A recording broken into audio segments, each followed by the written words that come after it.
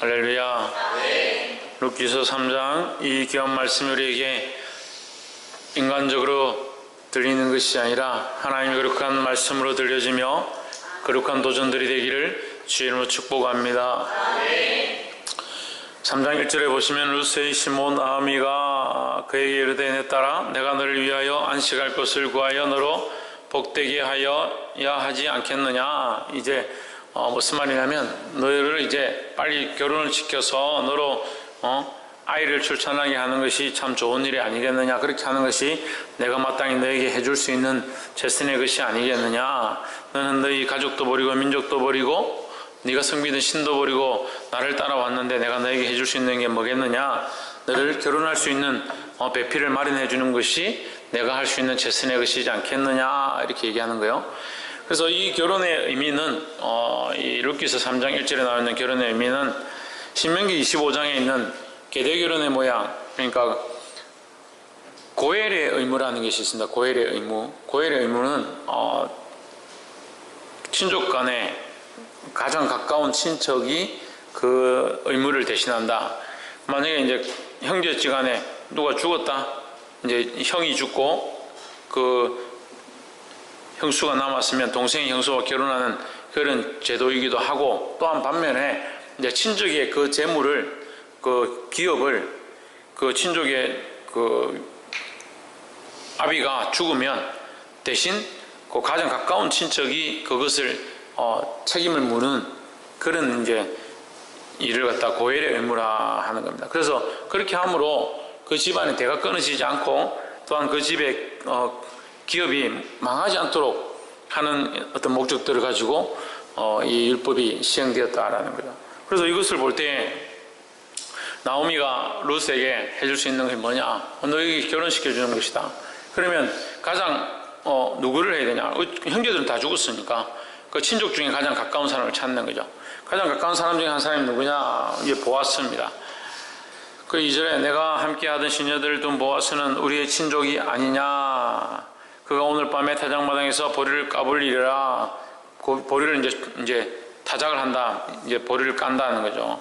탈곡을 한다는 거죠. 탈곡한다. 3절에 그런즉 너는 목욕하고 기름을 바르고 의복을 입고 타작마당에 내려가서 그 사람이 먹고 마시기를 다하기까지 너는 그에게 보이지 말고. 4절에 그가 누울 때 너는 그 눕는 것을 알았다가 들어가서 그 발치 이불을 들고 거기 누우라. 그가 너의 할 일을 내게 고하리라 하십니다.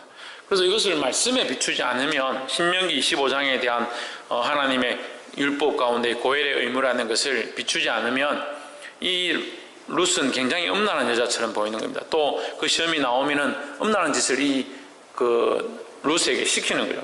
그 민족까지, 자기 가족까지, 자기 혈통까지 다 버리고 시험을 따라왔는데 겨우 시어머니가 시키는 것이 밤에 몰래 외간 남자 집에 들어가서 그 남자가 이제 취했든지 어떻게 배가 불렀든지 잠을 자면 이불로 밑에 들어갔다가 숨어 있다가 이불을 덜치고 밑으로 들어가서 그 남자하고 같이 자라.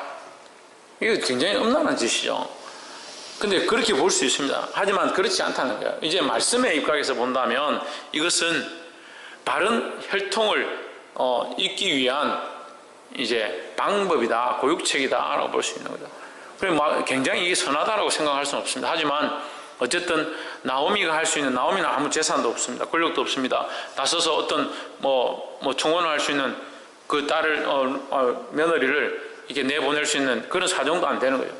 그러니까 고육책으로 이 방법을 썼지만 이것은 어쨌거나 벗어난 것은 아니다 하는 거죠. 뭐 그렇게 이게 막 잘했다, 굉장히 선하다라고 볼 수는 없지만 이해가 되십니까? 예. 그래서 룻이나 이 나오미가 어떤 정욕이나 자기들의 배부름을 위해서 막 입으로 이런 육체적인 행동을 했다라고 보기 어렵고, 그렇다기보다 같은 행동이지만 이것은 그 혈통을 유지하기 위한 이 율법을 따른 고엘의 의무에 대한 그 부분을 이제 보아스에게 전가하기 위해서 한 행위다라고 우리가 이해할 수 있습니다. 그리고 9절을 보시면 가로되 내가 누구뇨? 이제 보아스가 자다가 보니까 깜짝 놀랐습니다. 어떤 사람이 옆에 누워 있는 거예요. 당신 누구냐? 나는 당신의 시녀 룻이오니 당신의 옷자락으로 시녀를 덮으소서 오늘 같이 자자 이 말이죠. 저를 책임져 주십시오 이 말이야. 우리가 쉽게 이해하려면 저를 책임져 주십시오. 옷자락을 펴 당신의 여종을 덮어줘서 이는 당신의 기업을 물을 자가 됨이니이다 하니 했습니다. 그러면 이 여자는 옷을 덮어서 같이 자는 게 목적일까요? 그 기업을 무르는 게 목적일까요? 네, 기업을 무르는 것이 목적이죠. 그래서 우리가 이 행위에 대한 의미를 잘 알아야 된다라는 거예요. 그래서 행위에 대한 의미와 그것을 통해서 하나님 하시고자 하는 일을 보지 못하면 그냥 인간적인 육체적인 방향과 이 실제로 나타나 있는 상황들을 보니까 엄란하고 폐역한 짓을 하고 있다라고 볼 수밖에 없다라는 거예요. 그렇게 보면 안 되고 영적으로 하나님께서 이것을 통해서 무엇을 하기 원하고 그 영적인 흐름 가운데 이 여인이 어떤 일을 하고 있는가를 보아야 된다라는 거예요.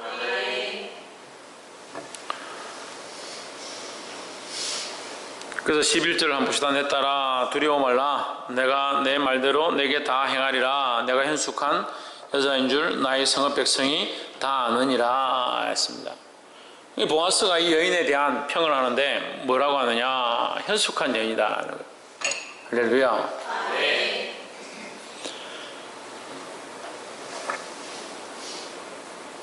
11절이라 했는데 현숙한 여자인 줄 나의 성읍 백성이 다 아느니라. 그래서 우리는 이 말씀을 볼 때에 어떠한 사람들이 되어야 되느냐. 현숙한 사람들이 되어야 된다는 거예요. 현명하고 지혜로운 자이다라는 거예요. 현명하고 지혜로운 자이다. 이 여인의 목적이 육체에 대한 것이었으면 그 이불을 덮었을 때 이미 육체의 어떤 행위들을 시작했을 거예요. 더듬는다든지 손을 만진다든지 스킨십을 한다든지 그런 행위를 시작했을 거예요. 하지만 그런 게 목적이 아니니까 그 기업을 무르는 것에 대한 요청을 하는 거예요. 그래서 이 여인에 대해서 보아스가 알고 있는 부분들을 얘기하는 거예요. 당신은 현숙한 여인이다. 지혜롭고 현명하다 하는 거죠. 우리는 이것을 보고 우리 또한 어떻게 해야 되느냐. 육체를 따라가는 게 아니라 현숙한 자가 되어야 되는 겁니다. 성숙되어지고 현명하다라는 거죠. 근데 현명하긴 현명한데 성숙되지 못한 사람도 있습니다. 현명하고 똑똑하게 머리가 좋긴 좋은데 실제로 행할 때는 성숙하지 못하다. 뭐가 성숙하지 못하냐? 현명한데 자기 감정에 이기지 못해가지고 그게 옳은 줄 알겠는데 감정이 더 앞서는 거예요. 그게 맞는 줄 알겠는데 나는 그걸 못하겠다. 못 견디겠다.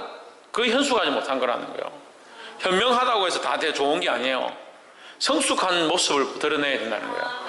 그래서 이것을 장부답다라는 거예요. 그래서 현명한 것과 장부다움, 그러니까 어른스러움이죠. 현명한 것과 어른스러움이 함께 맞물려 있어서 잘 판단하고 잘 분별하고 하나님 주신 지혜로 행하는 자가 되어야 된다는 겁니다. 할렐루야. 어떠한 사람이 되어야 된다? 현명하고 현명하고 지혜로운 사람이 되어야 된다는 거예요. 옆에서 한번 보십시오. 현명하고 성숙한 사람이 됩시다. 할렐루야. 그래서 이 여인이 현명하고 성숙하다. 10절에 가로되 내 딸아 여호와께서 내게 복 주시기를 원하노라. 내가 빈부를 물러나고 연수한 자를 쫓지 아니하였으니 너의 베푼 이 내가 처음보다 나중이 더하도다. 어떻게 보면 이제 이 롯을 소년들에게 붙여놨잖아요. 같이 있게 했잖아요. 그럼 젊은 애들, 좀 잘생긴 애들 따라갈 수도 있습니다. 그런 걸 쫓아가지 않았다는 거예요. 이건 무슨 얘기예요? 결국 육체를 쫓아간 사람이 아니다라는 거예요. 보아스에게도 마찬가지인가? 보아스를 자기가 몇 번을 봤습니까? 언제부터 봤다고 연모하는 마음이 있었겠습니까? 그런 걸 쫓는 게 아니다는 거예요. 그리고 어머니의 명령을 따라서 행했을 뿐이다는 거죠. 그러니까 보아스가 그것을 분별할 지혜를 가지고 이 여인에게 현숙하다라고 하는 거죠. 자기 육체를 따라가는 게 아니라 어린애처럼 자기 감정에 쫓아가는 것이 아니기 때문에 현숙하다라고 하는 거예요. 할렐루야. 또한 이 현숙함은 무엇을 바탕으로 하고 있습니까? 하나님 말씀을 바탕으로 하고 있습니다. 그래서 우리의 지혜의 바탕은 어디에 있느냐? 하나님을 아는 것에 바탕을 두는 거예요. 지혜롭다, 똑똑하다, 현명하다 하는데 하나님 말씀이 토대가 되지 않고 그냥 머리만 똑똑하다. 그리고 자꾸 잘난 척하고 자기가 다 알고 있는 것처럼 말하는 거예요. 우리가 뭐가 필요하냐? 지혜가 필요한 거예요. 하나님 말씀을 분별할 수 있는 지혜, 하나님 뜻을 알 수 있는 지혜가 필요하다는 겁니다. 할렐루야. 13절에 이 밤에 여기서 머무르라. 아침에 내가 아침에 그가 기업 물을 자의 책임을 내게 이행하려 하면 좋으니 했습니다. 그리고 12절에 보면 이게 무슨 말이냐면 12절에 보면 설명이 나와요. 참으로 나는 내 기업을 물을 자나 물을 자가 나보다 더 가까운 친족이 한 명 더 있다. 더 가까운 사람이 한 명 더 있다. 13절 이 밤에 여기서 머무르라. 아침에 그가 기업 물을 자의 책임을 내게 이행하려 하면 좋으니 그가 그 기업 물을 자의 책임을 이행할 것이니라. 만일 그가 기업 물을 자의 책임을 내게 이행코자 아니하면 여호와의 사심으로 맹세하노니 내가 기업 물을 자의 책임을 내게 행하리라. 아침까지 누울지니라. 할렐루야. 이게 왜 중요한 말씀이냐면요, 이 보아스도 남자고 젊은 여자가 와가지고 같이 이불에 누웠다. 그럼 얼마든지 자기도 육체를 따라서 행할 수 있는 이유들이 자기 앞에 있는 겁니다. 하지만 보아스는 자기 육체의 행위대로 쫓아가는 것이 아니라 무엇을 두려워하느냐? 하나님의 말씀을 두려워하는 거예요. 그럼 12절과 13절은 뭘 얘기하는 겁니까? 신명기 25장을 자기가 지금 얘기하고 있는 거예요. 가까운 친족에게 먼저 그 기업 물을 권한이 있음을 얘기하는 거예요. 그러니까 내가 먼저가 아니다. 그 사람이 먼저니까 그 사람이 결정하는 것을 기다리자, 이 얘기죠. 자기 육신의 정욕대로, 자기 감정대로, 자기 생각대로 행하는 것이 아니라 하나님 뜻에 맡기자는 거예요. 맡겨 의탁하자는 것을 말하는 거예요. 할렐루야. 그래서 우리가 여기서 보아야 될 것은 무엇이냐? 감정보다, 자기 생각보다 말씀을 앞세워야 된다는 거예요. 그래서 현명한 이 보아스가 하나님의 말씀을 앞세워서 말씀을 범죄하지 않도록, 말씀을 어기지 않도록 자기 자신을 또한 가르치고 점검하고 이 여인에게도 하나님의 말씀으로 점검해 주는 거예요. 나보다 먼저 기업 물을 자가 너희 친척이 있다. 그 사람이 먼저 이것을 물어야 하고 그가 묻지 않겠다 하면, 책임지지 않겠다 하면, 내려놓겠다 하면 내가 이것을 물겠다라고 하는 겁니다. 할렐루야. 그래서 이 말씀을 본 대로 우리가 이 보아스의 지혜를 배워서 자기 감정과 자기 생각대로 앞서가는 것이 아니라 하나님의 말씀을 앞세우는 저와 여러분 되기를 주의 이름으로 축복합니다. 마지막 세 번째로, 이 일을 이제 듣고 이 룻이 이 보리를 가지고 아침에 보아스가 준 보리를 가지고 그 시모에게, 나오미에게 가까이 갑니다. 가서 이렇게 되었다라고 설명해 줍니다. 설명해 주니까 18절에 뭐라고 하냐? 이에 시모가 가로되 내 딸아 이 사건이 어떻게 되는 것을 알기까지 가만히 앉아 있으라. 그 사람이 오늘날 이 일을 성취하기 전에는 쉬지 아니하리라 했습니다. 할렐루야. 이 나오미가 확실히 이제 나이가 있는 자임에 대한 모습이 조금 비춰집니다. 그 사람이 오늘 이 일을 성취하기 전에는 쉬지 아니하리라. 이제 이 말은 그 보아스가 이미 너에게 마음이 좀 있다라는 것을 이게 암시해 주는 거죠. 그러니까 기다리자.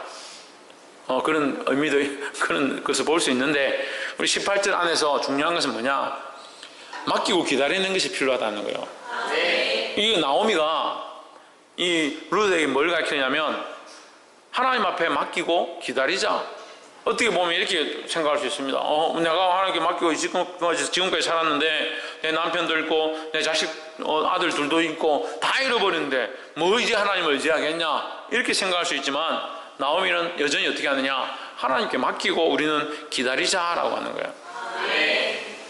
결국 우리가 나서서 어떻게 한다고 해서 바뀔 게 없다.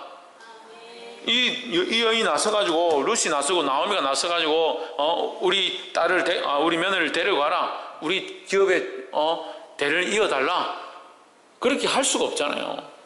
그렇게 하는 게 지혜롭지 못하다는 거예요. 우리가 할 수 없기 때문에 어떻게 하느냐? 하나님께 맡기는 거예요.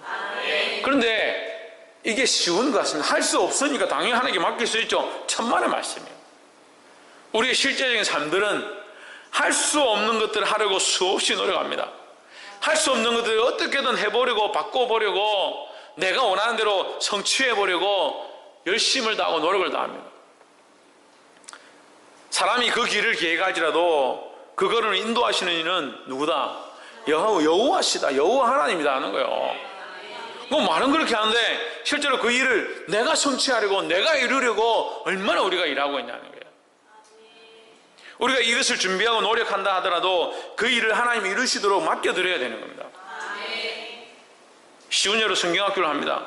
간단한 예로 성경학교 우리가 준비했습니다. 열심을 다하고 그림을 그리고 인형을 만들고 교회를 꾸미고 수영장을 해가지고 아이들을 불렀습니다. 그리고 이 아이들 말씀을 가르치고 끌어안고 기도하고 사랑으로 도닥거리고 무릎 꿇고 기도하고 하나님 앞에 부르짖었습니다. 하지만 그것을 이루게 하시는 이가 누구냐? 하나님이시라는 거죠. 우리가 제주도 캠프를 데려갔습니다. 말씀을 전했습니다. 4박 5일 동안 섬기고 밥을 해먹이고 차를 태워가지고 드라이브를 하고 자기들 가자 놓고 하는 곳마다 가서 구경을 다 시켜주고 먹고 싶다는 거 다 먹여주고 그렇게 해도 예수 안 믿겠다면 어떻게 할 거냐고요. 우리가 하는 게 아니에요. 그리고 현숙한 자가 지혜를 가져라는 거예요. 하나님 앞에 맡겨드리고 이것을 하나님이 이루시는 것이다. 하나님이 역사하실 것이다. 하나님의 영역과 나의 영역을 구별해야 되는데 자기가 다 하나님 줄 알아요. 자기가 다 구원해야 되고 자기가 다 예수 믿게 해야 되고 자기가 다 변화시켜야 되고 우리에게 맡겨진 일을 하는 거예요. 맡겨진 일을 그걸 다 할 것 같으면 자기 삶에 본인의 삶에 자기 주변에 있는 사람들은 왜 다 예수 안 믿냐. 그렇게 하시면 제가 제일 부끄럽죠. 제 주변에 예수 안 믿는 사람 얼마나 내 가족 가운데 내 친족 가운데 얼마나 예수 안 믿는 사람 많은지. 근데 뭘 해야 합니까? 믿음으로 하나님 앞에 맡겼으면 기다려야 되는 거예요. 기다려야 되는 거예요. 믿고 맡기고 기다리고 그것을 이루시기를 바라보아야 된다는 거예요. 근데 우리는 어떻게 합니까? 자꾸 성취하려고 우리가 이루려고 우리가 완성하려고 우리가 얻으려고 그러니까 어떻게 해요? 넘어가는 거예요. 넘어가는 거예요. 신에게 뭘 넘어갑니까? 하나님의 영역을 넘어가는 거예요. 그리고 정작 하나님이 역사할 게 없는 거예요. 하나님이 일하실 게 없는 거예요. 우리가 복음을 전했으면 그 복음이 그 영혼 안에 생명으로 자라가서 씨앗이 자라서 싹을 내고 자라서 열매를 맺기를 하나님 앞에 눈물로 기도해야지. 야, 왜 씨앗을 안 맺어? 이리 와. 쭉 뽑아가지고 씨앗이 자라는 거 뽑아보세요. 사나 죽나. 그리고 하나님 영역을 침범해가 다 죽여놓고 자기 살린 줄 착각하는 거야. 우리가 할 수 있는 영역, 우리가 해야 될 영역, 우리가 알고 있는 영역, 그 부분 하나님 앞에서 우리에게 맡긴 바 된 그 사명들을 최선을 다하고 다른 부분들은 하나님이 하시도록 하나님이 역사하시도록 하나님 기름 부으시도록 맡겨드려야 되는 거예요. 어리석은 여인이 되어가지고 자꾸 하나님의 영역을 침범해가지고 자기 삶에도 하나님의 영역을 침범하고 교회 일에도 하나님의 영역이 침범하고 말씀을 듣는 부분도 하나님의 영역이 침범해가지고 여인이랑 자매들만 다 생각하는 형제들 다 마찬가지 똑같아요. 하나님께 맡겨드릴 거 맡겨드려야죠. 그 믿음으로 기도하고 요동치 말라는 거예요. 의심하지 말라는 거예요. 의심하자는 바람에 밀려 요동하는 배와 같다. 할렐루야. 그래서 오늘 이 나오미가 이 룻의 문제를 하나님께 맡겨드렸다. 이 사건이 어떻게 될지 알기까지 앉아있으라. 왜 앉아있으라? 앉아있는 것이 좋기 때문에 최선의 방법이기 때문에 천만의 말씀. 하나님이 일하시도록 너는 기다려라는 거죠. 하나님께서 이 사람을 사용하셔서 오늘 이 일을 성취하기 전에는 쉬지 아니하시라. 여기 숨어 있는 거예요. 누가 쉬지 않으시냐? 하나님이 일하시는 거예요. 하나님께서 보아스를 만나게 하셨던 그 우연과 마침이라는 그 사건 속에서 하나님께서 그 멀리 여행 갔던 그 사람이 그때 그 마침 그 시간에 그 자리에 오게 하시고 우연히 그 외국에서 남편을 잃어버리고 그 시어머니를 따라서 자기 민족을 버리고 우연히 여기 와서 오늘 이삭을 줍는 이 여인과 그 보아스가 만나게 하신 이것은 우연과 마침이지만 그 속에 뭐가 있느냐? 하나님의 인도하심이 있는 거예요. 하나님의 인도하심이 없으면 그 수많은 시간 속에서, 그 수많은 공간 속에서 어떻게 거기에 같은 사람이 만나가 얘기를 하냐는 거예요. 그러니까 아무것도 할 수 없는 이 인간이, 그 우연과 마침을 만들 수 없는 인간이 자꾸 우연과 마침을 만들려고 하는 거예요. 하나님이 일하시는 거 맡겨드려야 돼요. 복이 되기를 소망합니다. 말씀 맺겠습니다. 첫 번째 11절에서 우리가 어떤 모습을 가져야 된다 했습니까? 네, 현명하고 성숙한 사람의 모습을 가져야 된다는 거예요. 현명하고 성숙한 사람은 자기 감정에 끌려가는 것이 아니라는 거예요. 하나님의 말씀에 인도함을 받고 하나님 원하시는 대로 살려고 노력하는 자들이라 하는 겁니다. 마찬가지로 두 번째도 비슷한 말씀인데 13절에 12절과 13절을 하면서 보아스가 얘기하는 거예요. 보아스는 현명한 사람이었다. 이 여인은 현숙하고 보아스는 현명한 자이다. 육체의 정욕에 끌리지 않고 당장의 감정에 이끌려서 결정하지 않고 뭘 했다? 절대적으로 하나님의 말씀에 따랐다는 거예요. 그래서 하나님의 말씀이 우선이고 하나님의 말씀이 앞서야 하고, 그 말씀이 그렇게 결정되고 나면 나는 순종하겠다는 거죠. 나는 너에게 기업을 물으고 싶지만 나보다 먼저 앞선 자가 있다. 그가 물으겠다 하면 그가 물을 것이고, 그가 하지 못하겠다 하면 내가 물으겠다. 그 말씀대로 하는 거죠. 할렐루야. 마지막으로 18절에서 하나님께 믿고 맡겨야 한다는 거예요. 하나님께 믿고 맡기면 기다리는 자들이 되어야 된다는 겁니다. 믿는다고 하는데 맡기지 못하고, 맡겼다 하는데 기다리지 못하고, 믿는다는데 왜 못 맡겨요? 맡겼다 하는데 왜 못 기다려요? 그러니까 응답을 보기 힘드는 거예요. 믿음으로 하나님께 맡겨드려야 하고, 맡겨드린 것은 하나님이 이루실 것들을 기다려야 하는 겁니다. 그래서 이 놀라운 성취, 하나님이 이루어 가심을 보게 되기를 주의 이름으로 축복합니다. 기도하겠습니다. 이 시간 말씀을 기억하면서 함께 통성으로 기도하겠습니다. 우리가 하나님, 우리의 뜻대로, 우리의 감정대로,